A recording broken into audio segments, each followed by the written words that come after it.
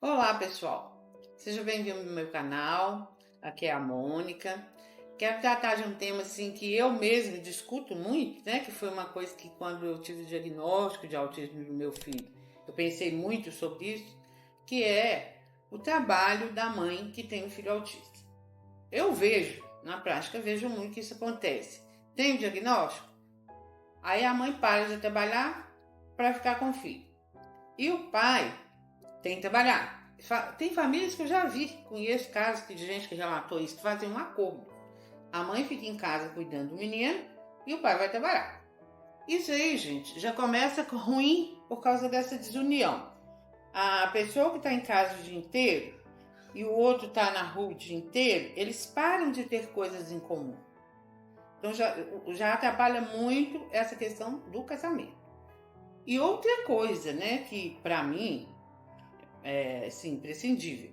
Quando você tem um filho autista, deficiente, Down, deficiente filho, pessoas diferentes que requerem mais cuidado, é bacana você trabalhar, ter um emprego, fazer coisas diferentes que não estejam ligadas à criação dele, até para oxigenar sua cabeça. Não é só pelo dinheiro.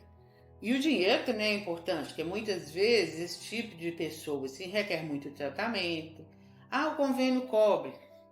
Você tem que pagar o convênio. O SUS melhorou nessas questões um pouquinho, mas não é o adequado. E acontece muito isso, gente, por causa dessa separação, né? O homem na rua, a mulher em casa, acabam separando.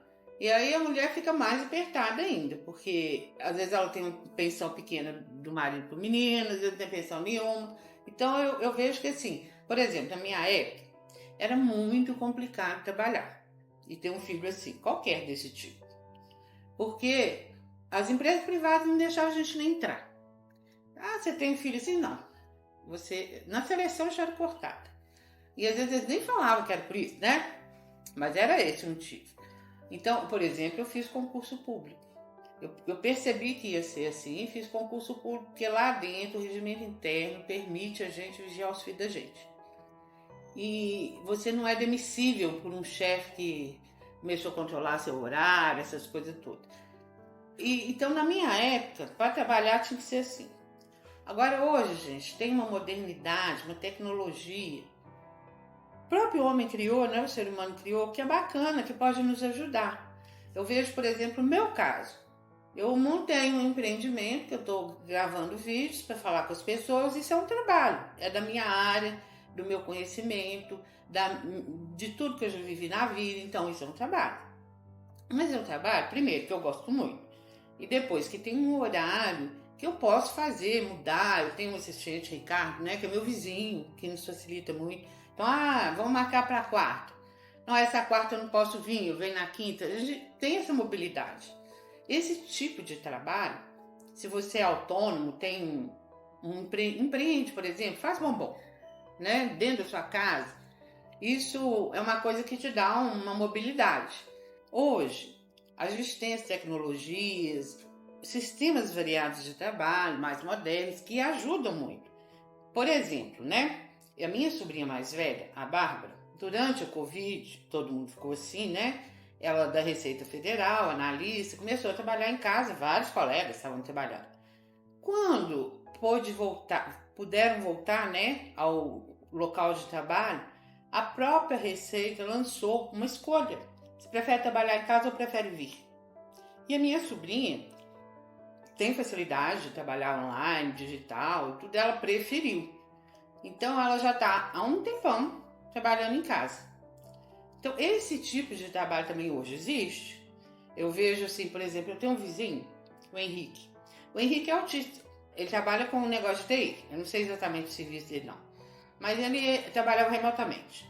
Agora ele foi promovido para uma chefia e ele tem que ir lá de vez em quando.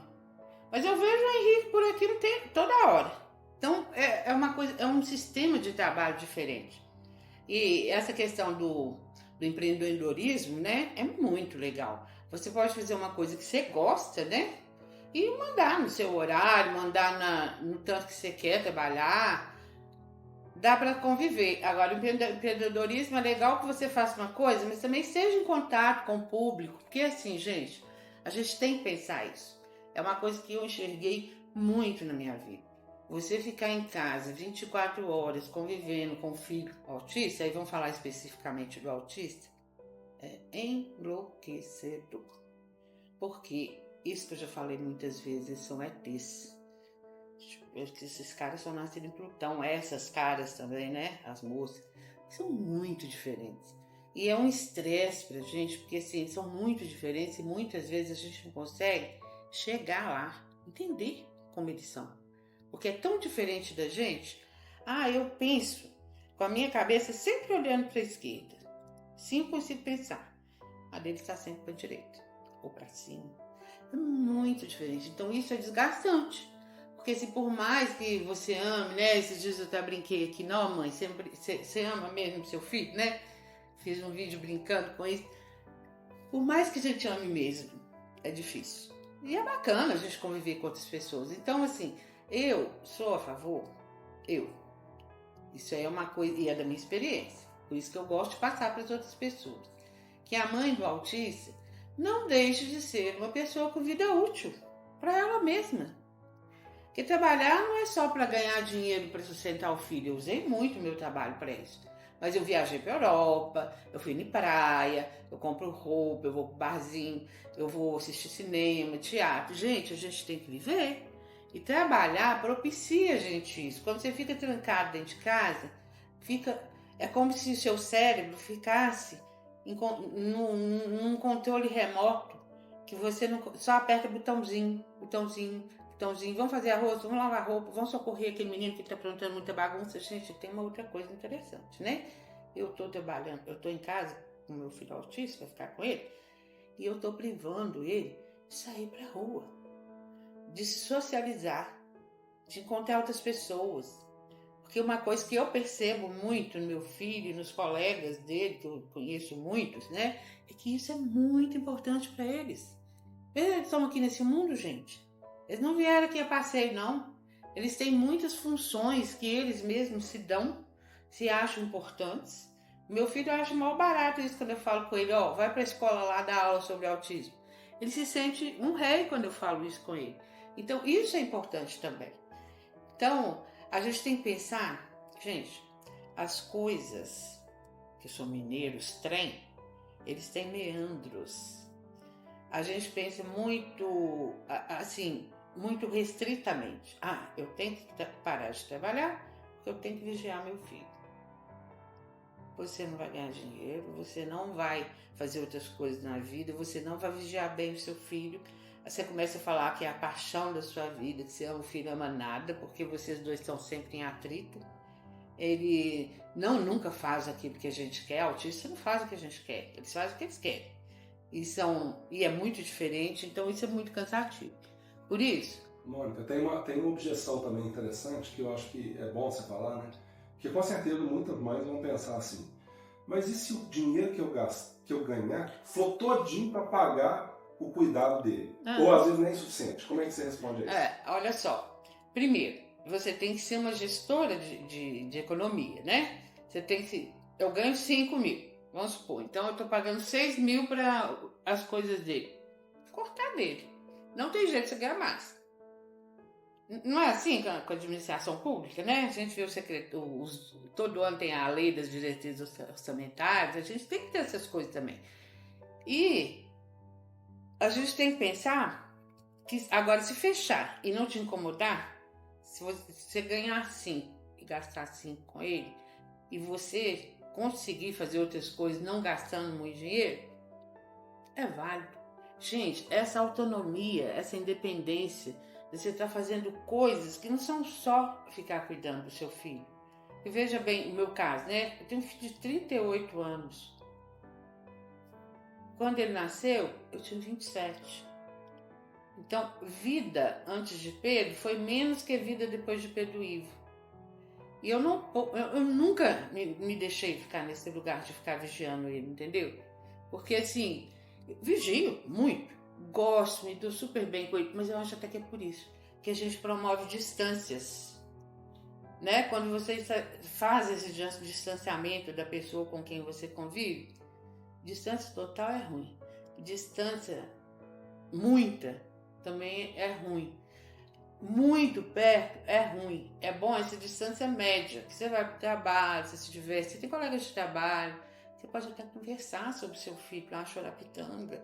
Eu tinha uma colega lá no tribunal, onde eu me aposentei, no Tribunal Federal, que ela falava, Mônica, quando você não vem aqui, acontece alguma coisa, fica ruim aqui, porque você fica contando casos pra gente, e seu bom humor, e esse tipo de caso que você conta, que eu falava muito para elas, né?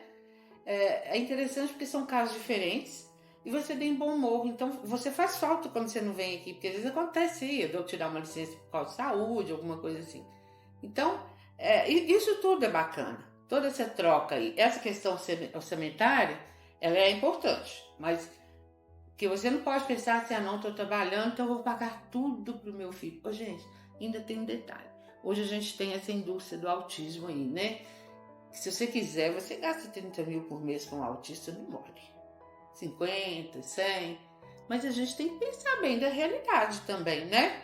Porque veja bem, eu gastei muito dinheiro com meu filho, ainda gasto, mas sempre eu tive as minhas coisas, meu carro, minha diversão. Não gastava tudo com ele. Não é certo, né? Então, por exemplo, essa pergunta que o Ricardo falou é uma coisa de organização orçamentária.